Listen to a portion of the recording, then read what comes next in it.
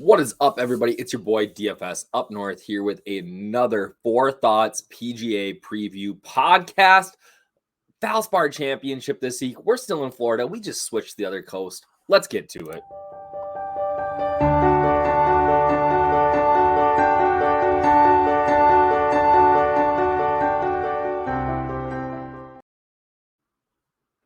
What up, everybody? We are back and at it. All right. Valspar Championship this week. We are in Innisbrook Golf Resort. We are playing at the Copperhead course, and we are ready to roll with another pretty strong field event after the week that was at the Players. I can't even begin to tell you what a grind the Players was. I mean, and that's for me sitting at home on my couch, not doing anything. I can't imagine what it was like for these players. We played a little, we got, basically round one finished on Saturday. Then we got part of round two in on Saturday and Sunday. Sunday finished, round three and round four, or round three. Round three got finished up Monday morning, and then they wrapped it up on Monday afternoon. And if you guys were following along, there was some wild swings in GPP.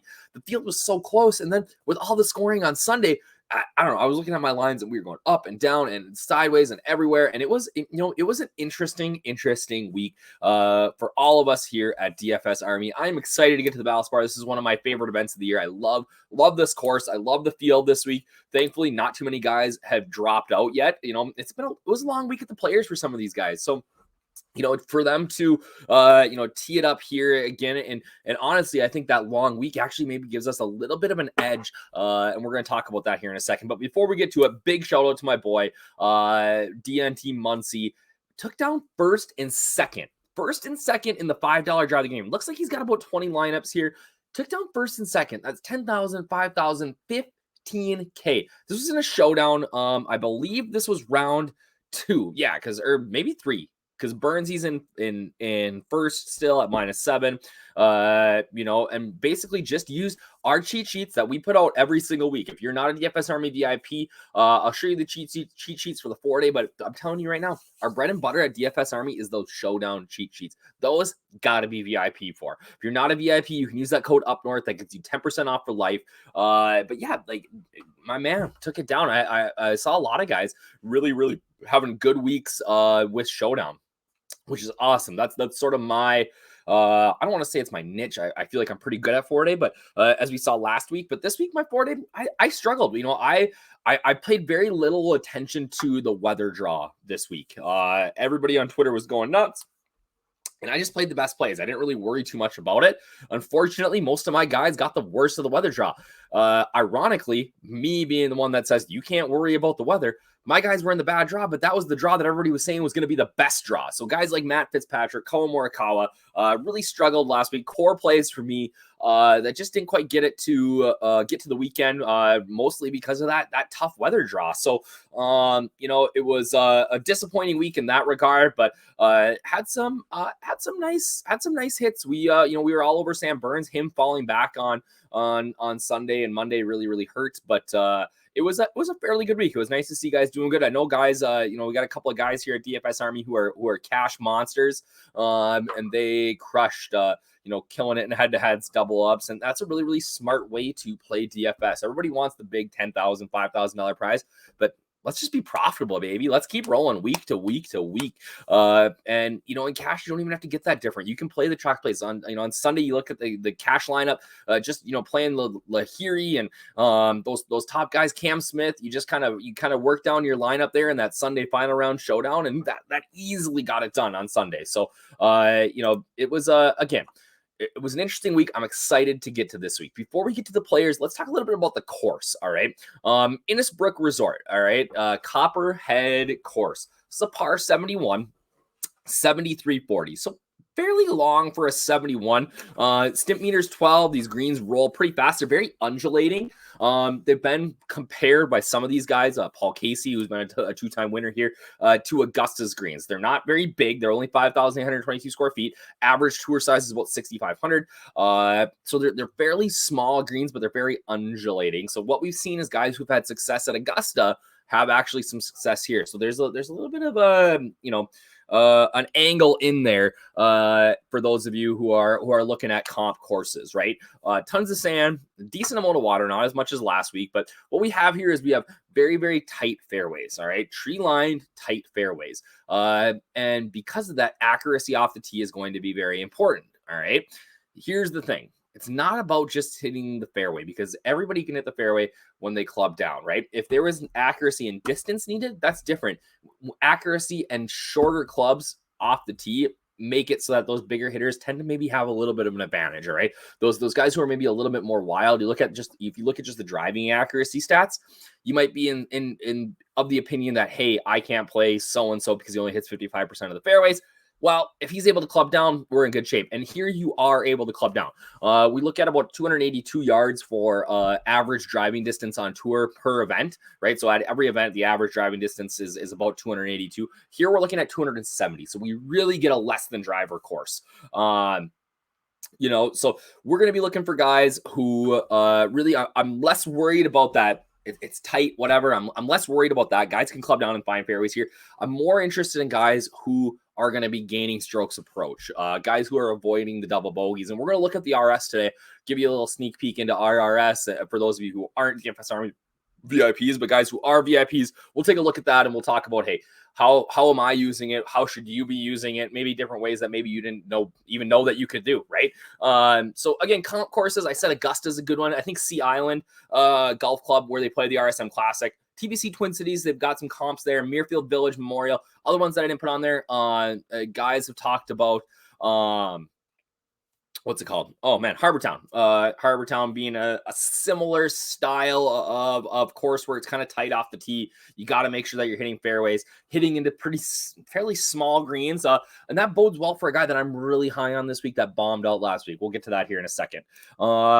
Average cut line here is about +2, okay? Last year, we saw that this event, the winner was Sam Burns. He shot -17. That event was held in May last year because of the kind of shuffle with COVID. And because of that, I felt like the course played pretty easy, all right? We are going to get back towards that average winning score of -11. I'm looking at the weather forecast this week with the wind. Think it could be even worse than that. I think we might see a single-digit under par score winning this week. I could be wrong, right? I could be wrong, but I think we're going to see maybe 8, 9, 10. You could get to that average score of 11, but that's typically where we're going to find that average cut line of +2.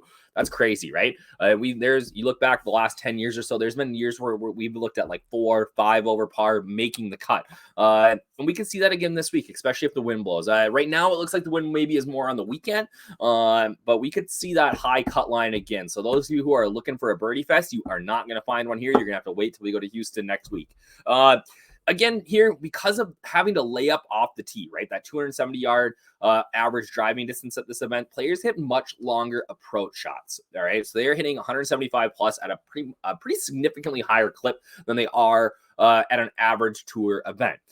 In your head, you might say, okay, that benefits the guys who are long hitters. But, all right, most tour events, those guys who are long hitters, they're hitting driver wedge, right? They got long bomb off the tee, then they're bomb and gouge, go find it, 8, 9, pitching wedge, sand wedge into the green, right? Whereas these shorter hitters at these big courses where you have to hit it a long ways, they're hitting more of these long approach shots into green. So they have more experience doing that. Now, it's hard to quantify that, but don't just rule out some of these short hitters because I say, hey, there's a lot of longer approach shots, because actually they hit more of those approach shots in competition than their peers who are very, very long, right? And you look at some of the winners here, we've got Sam Burns, right? -17. Really, Burns did some things well, but he really putted his way to a win. If you guys remember, I remember him coming out on Sunday and he birdied the first, 3-4 holes. There's par 5 there at the beginning. Birdied a bunch right away to start and was off and rolling on Sunday. The putter got really, really hot for him. So that's the way that he found a way to win, right? I don't know. I mean, we can see that happen again, but that's really hard to predict. We know how volatile putting is. For me, I want to look at guys who are going to be more of that Paul Casey mode. Led the field in strokes gained tee to green, won at -8. 6th in strokes gained tee to green when he won at -10, but he didn't putt poorly. You look at the whole top 10 that week, they really struggled with the putter, which is actually a good sign. It means that guys who can't putt, those guys that I love in DFS, unfortunately, really can contend here. Adam Hadwin, minus 14, was second in strokes gained approach the year that he won. And you look at some of the guys who have done well here, guys like, oh, that's last week's weather. You look at guys like Jason Kokrak. I believe it was this year. Kokrak should have won. He made a double on 18 to kind of fall back to Casey and Louis Oosthuizen. Louis Oosthuizen, decent putter, not a great putter, but guys like that have had a ton of success at this event. So that's sort of the mold I'm looking for in players this week. I want guys who can, really crush it, strokes gained tee to green. I'm looking at course history. I'm looking at current form. And then obviously, we're going to look at things like strokes gained approach. I'm going to show you the research station here in a second. But we're also, going to, look at guys where we can get leverage, right? And we're going to talk a little bit about a leverage option that I see kind of portraying this week. Let me get my screen up here for you guys. All right. So for those of you who aren't DFS Army VIPs, this is what our research station looks like. This is what our DFS Army VIPs get every single week. I know last week some people felt like I shared a little bit too much information on this. I get it. I don't want to give out all the secret sauce too, but for the most part, this is a public podcast that is going to mostly you guys. The guys who are watching this are DFS Army VIPs. So while it is public, don't feel like I'm giving out all the secret sauce. And if I gave it out last week, they probably lost to it because they played 60% Matt Fitzpatrick like me. Okay, so our research station. So like I said, it looks like this. We got our golfers on the side here, salaries, how many shot link rounds we have in the database for them. So we're looking at like a Justin Thomas, 42 events, 133 shot link rounds. We got our opening odds, live odds. So if there's any movement here, it'll show here and it'll show you their drift. We don't have ownership percentages in yet. We have our projections, fantasy points, what sort of value that gives us, course history, recent form. As we slide over fantasy scoring stats, basically looking at the types of holes that guys are playing this week and how they score on them, which gives us a projected fantasy points per round. Using stats from different types of hole lengths, right? And if you guys maybe you didn't know that, if you scroll over some of these, it tells you exactly how they measure them. I get questions on sometimes like, hey, what does this measure? It's like double bogey or worst percentage. This percentage of holes resulting in a score 2 strokes over par or worse. This stat can help you determine risky versus safe players. All right. So as you go through, then we've got, kind of field rank splits, how often or how well they play. We break it down for you, how well they play in Florida, how well they play on par 71s, how often they finish in the top 50%, things like that. Then we got our standard strokes gain stat. There's a bunch of other stats, but we're just going to stick right here right now. So for me, when I'm looking and I'm starting to break down a slate, right? So one of the very first things I look at is, okay, how have guys played here in the past? At the top, I want to see, all right, what are we looking at? Top 10s? We got any winners up here? Who's played here? All right. That gives me an idea of guys that I want to target maybe right away. Secondly, I look at who hasn't played here. All right. Who hasn't played here and maybe might be a good course fit, just hasn't played here, because we know that in DFS golf, if somebody is making their debut on a course, typically they're going to come in a little bit lower owned. So this week we look at guys like Thomas and Hovland who have pretty good history here. And then you got guys like Morikawa and Schauffele who are making their debut. Or Terrell Hatton who played here once and probably blew up because he couldn't putt and missed the cut, right? Those are good leverage spots, right? That means that I can get over the field on these guys pretty easily because nobody's going to play them. Especially the guy that I really like this week is Colin Morikawa.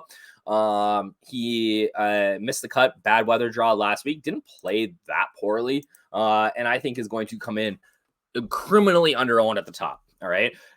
As we look at our cheat sheet here in a minute, you're going to see that Victor Hovland is a core play for me this week. And the reason being is that he's just so freaking good. It's unreal how well he's been playing, finishing in the top 10 in DK points in like 45% of his tournaments lately, which is really, really impressive. DJ coming off, a course record at the Players, decent history here, 6th. He's got some good comp courses, obviously. Louis, so I'm looking at course history. It's less important for me kind of at the top. Where I really want to see to help me identify plays is I want to scroll to the bottom and see, all right, is there anybody down here who, might be a sneaky good course history play, right? So if I scroll through here, there's guys like, I know there's one coming up here.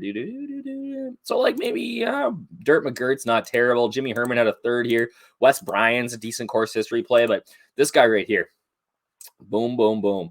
Jimmy Walker. I am excited about playing Jimmy Walker this week. You look at that, right? 55 last week. He had kind of vaulted up the leaderboard a bit. He's got some life. He has shown some life lately, and he has, since 2012, he's played here 4 times. He's made the cut every time. If he finishes 30th, which he's done the last 3 times he's played here, he is going to smash value at only 6,300. He's going to have like 0 ownership, right? We scroll over. What's Jimmy been doing well lately? Well, long term, he'd had some issues with big numbers, right? You see that 3.06%. That means that he makes a double or worse on 3.6% of his holes. That number's come down to 1.82 recently. That's been a big key to his success, right? You keep sliding over. Love this number right here. Last 10, gaining strokes around the green. His approach has been around the green, and then his approach has been really good.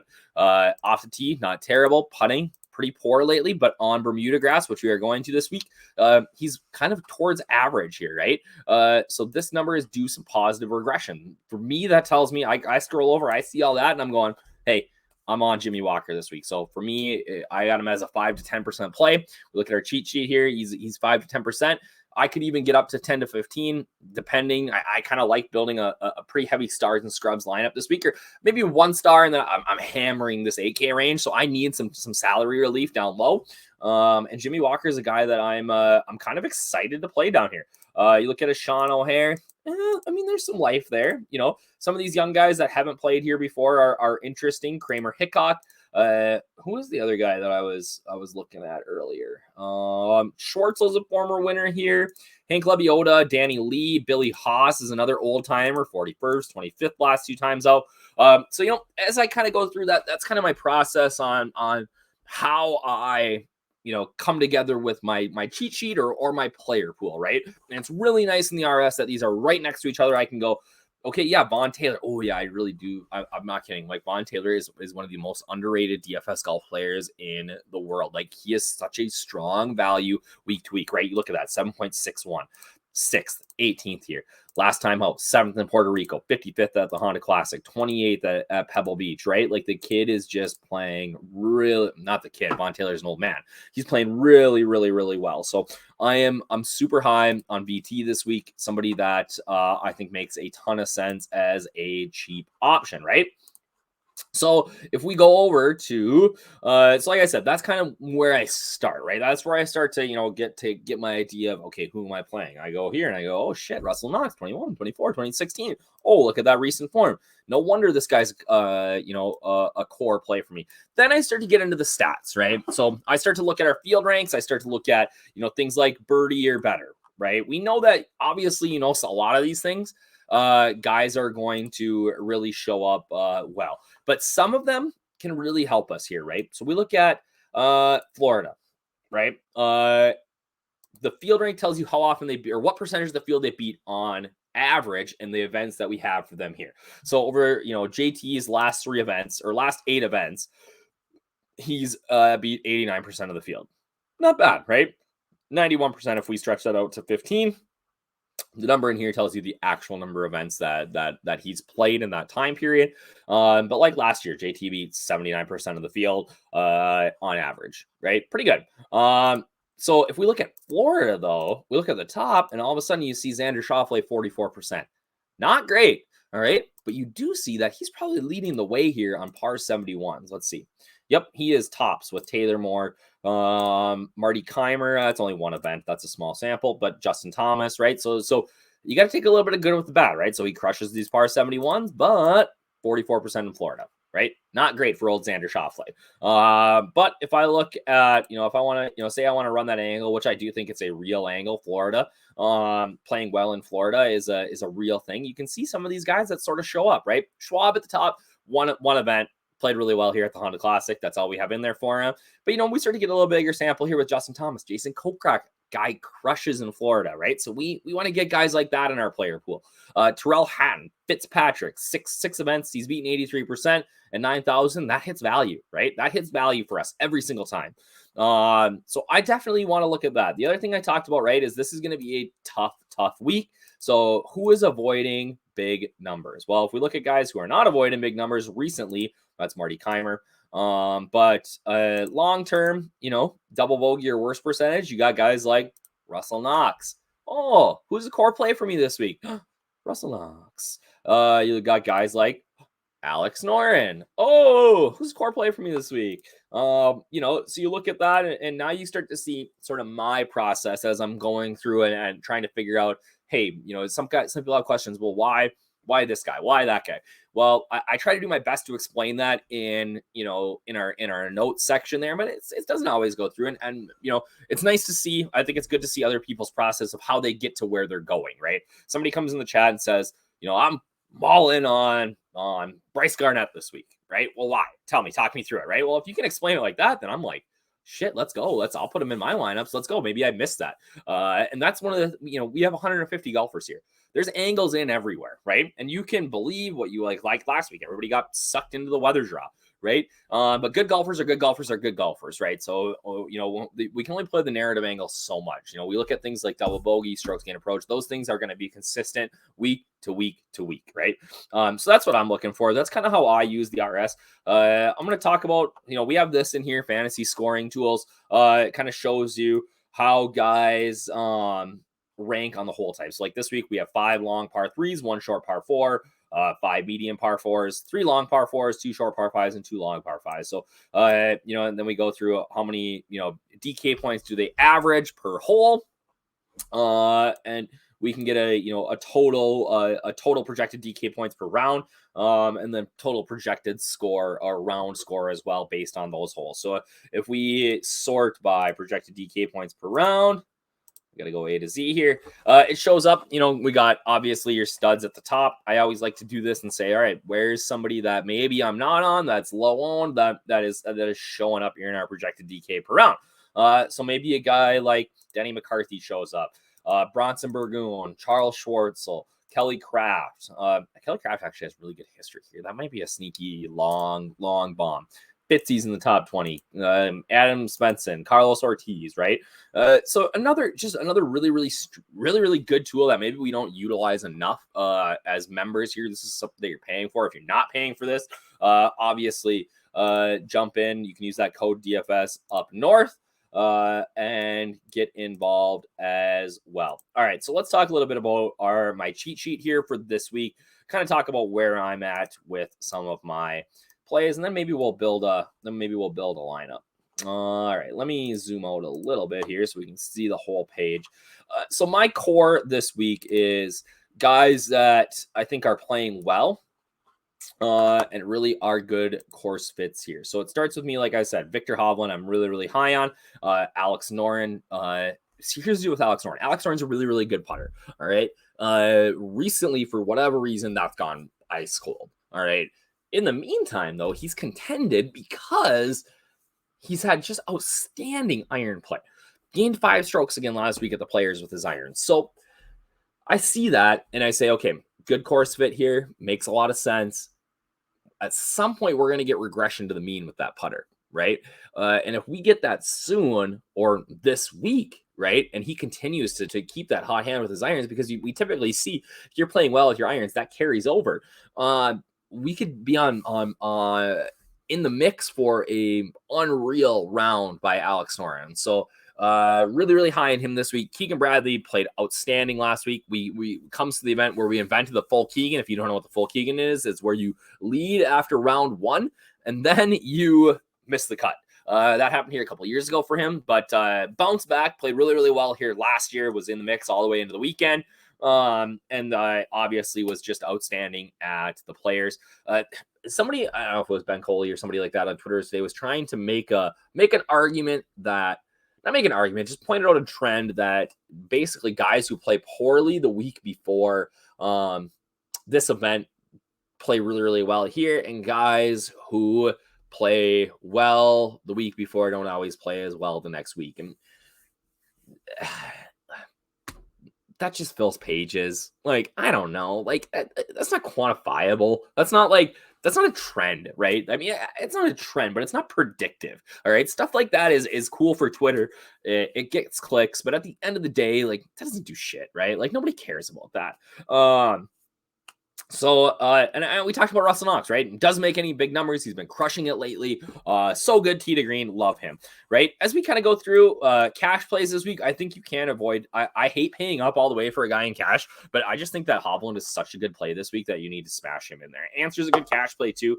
As we go down, like I said earlier, Schauffele, guy that I'm maybe not as high on. I think that there is bounce back potential for some of these guys, and that's where we're going to get our leverage, especially with the event lasting into next week, into this week, right? DFS players are so stuck in recency bias. So a guy like Colin Morikawa who misses the cut, or a guy like Matt Fitzpatrick, they missed the cut last week at the Players.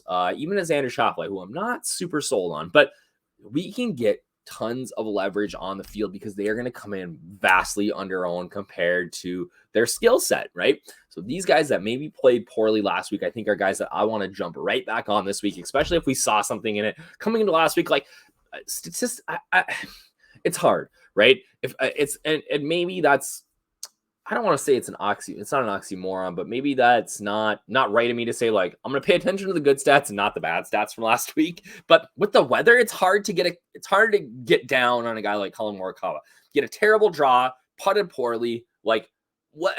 It was pouring rain, right? Like, it's hard for me to get fired up about that, right? But then in the same breath, I want to say, like, hey, Russell Knox played great, Keegan Bradley played great, I need to play them, right? So I get that doesn't make sense, but whatever. Golf doesn't make sense either. So, but yeah, Morikawa, I think that we have a really, really prime opportunity to jump on these guys and try to be over the field. And I got him in at 10 to 15% here. I think that that's going to be leverage, right? Like, I think even if I get to 20, I might be double the field here. I don't see Morikawa being super high owned this week, especially, like I said earlier, making his debut. So we can get leverage this week by jumping on guys that didn't play well last week. Another guy, Brooks Koepka, definitely can get leverage there. I think weirdly, Sam Burns collapsed on Sunday, but he's coming in here as the defending champ. Burns up until Monday played really, really well. He just bombed out on Monday, right? I think we're going to see his own, especially at 9,600. I think we're going to see that ownership dip this week. So be on the lookout. Your DFS Army VIP, that will be obviously talked about in our chat and in our Discord, but we'll update those ownership percentages too. Jason Kokrak is going to be too expensive this week for anybody to play, so wrap him up in GPP. I really, really like that play in GPP. Fitzy, I talked about. I really like Matt Fitzpatrick this week.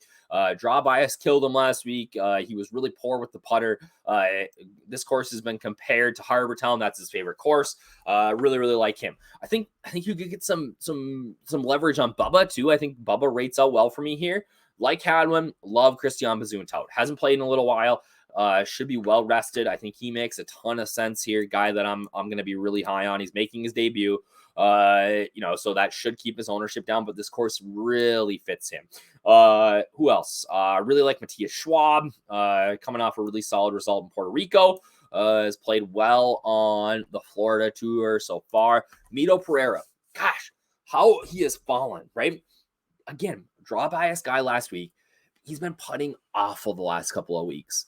We know how fast that can flip. Everything else is still there. That is statistically, everything else is still the guy who was $9,000 a couple of weeks ago on DraftKings. So jump on, again, another guy I want to jump on. Alex Smalley, really, really like Smalley. Down here, we talked about, I like Jimmy Walker. I think Wyndham Clark is outrageously cheap. Kramer Hickok's an interesting play. Kurt Kitayama, I really like, coming off another really, really good performance in Puerto Rico. Like, the guy's just got elite game. He's been on the European tour. He's been crushing over there for years. And he makes a ton of sense here. So if you want the rest of that cheat sheet, right, if you want to get in depth, you want to look at that research station, right? How do you get involved, right? What do you got to do? How do you get into DFS Army? Well, let's click back here. Let's talk about it, right? If you want to be a member of DFS Army, dfsarmy.com, code up north. That will get you 10% off for life. All right. Here's the other thing. You can use that, right? You can jump in, do that, whatever. If you are not a DFS, or if you are a DFS Army member and you're watching this video, here's what I need you to do. You need to do a couple of things. You need to like this video. All right. Then you need to comment on the video who you think is going to win. You comment on the video who you think is going to win, and you hit, I send you $50 cash money. All right. You pick the winner.